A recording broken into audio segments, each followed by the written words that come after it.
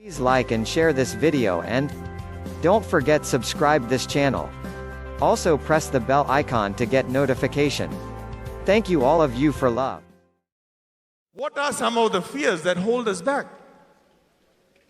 The fear of failure, the fear of rejection, the fear of judgment. What will other people think about me? These are some of the fears that kill dreams. These are the fears that hold us back from even trying to become successful. So, I want to talk to you about some of my fears when I started. I started this business when I was 23 years old. I was very young. And I had zero business experience. I mean, forget business experience, I had very less experience of actually earning money. I graduated when I was 21 and I just got started working. I was born in a small town in Kerala, India.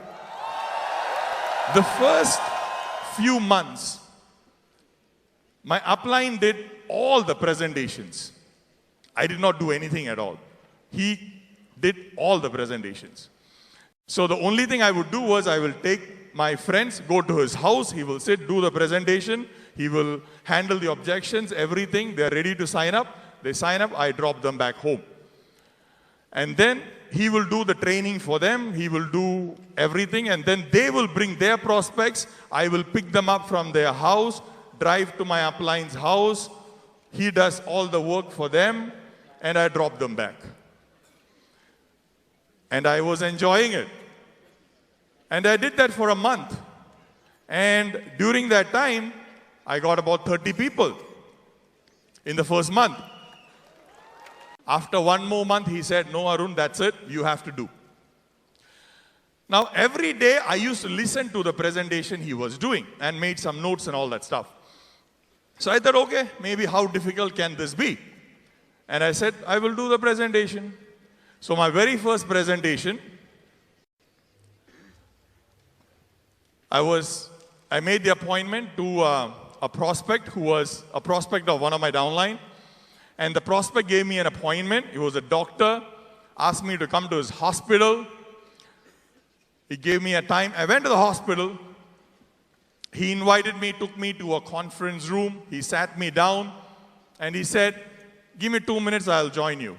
So I was there, arranging my papers, my file and all that. And in a few minutes, the door opened, he walked in.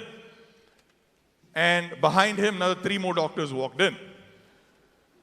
I was not prepared for that. They all sat down, I started the presentation, and one by one they started asking questions. So the first question was like, "Oh, we have seen many things like this. How is this different? This company could be a scam. This might not even exist." So I showed them the website and said, no, this is the head office of the company. They are in Hong Kong. Then one of them asked, "But have you gone to Hong Kong and seen their head office?" I said, "No." And in 2 minutes' time, all of them were asking me questions. I was opening my mouth to talk, but no sound would come out. I was so scared that I left my paper, I left my file, everything on the table, and I told them, "Please go through this, you will find answers here," and I just ran away from there. While I was going back, when I reached home, I was literally in tears. I thought that this is the end of my business. I don't think I would be able to do it. So whatever money I made until now, maybe that's it. But then my upline, being the great upline he is, He inspired me, he motivated me. And then he gave me this thought that it's not that you're afraid, it's just that you don't know how to do it. So just learn how to do it and you can overcome the fear. So I started learning.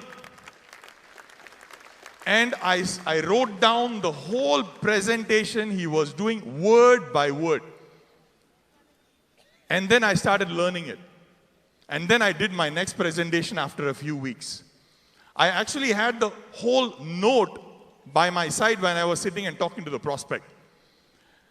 So the second presentation, I at least completed it. I did not run away in the middle. But nobody signed up. And then my next presentation, and by the time I was in my 7th presentation, after it was finished, the prospect pulled out the wallet and said, I want to start this right now. I got very comfortable doing a presentation. I started enjoying it. And my upline was still taking care of all the trainings. And after a couple more months, he called me and said, Arun, now you will have to do the trainings for your team also. I said, Kumar, that is not possible. I can do presentation, I've learned it, I've learned it by heart, I can keep doing it. But training, I don't think it is possible. They said, no, you have to do it.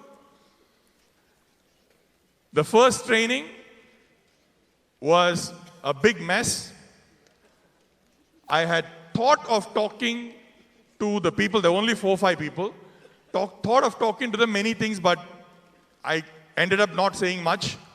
So the next training, I actually went with a load of notes, sat down, and I actually read the notes to my people. After a while, they said, Arun, you can give me the notes, we know how to read. And then slowly the next training and the next training and all that. And within a few months, I was talking to my team, which had 50 people. And slowly the 50 became 100, and 150, and 200. And in a span of a few years, somebody who had run away from a presentation because of fear of not knowing what to say and fear of judgment was standing on a stage and talking to 20,000 people.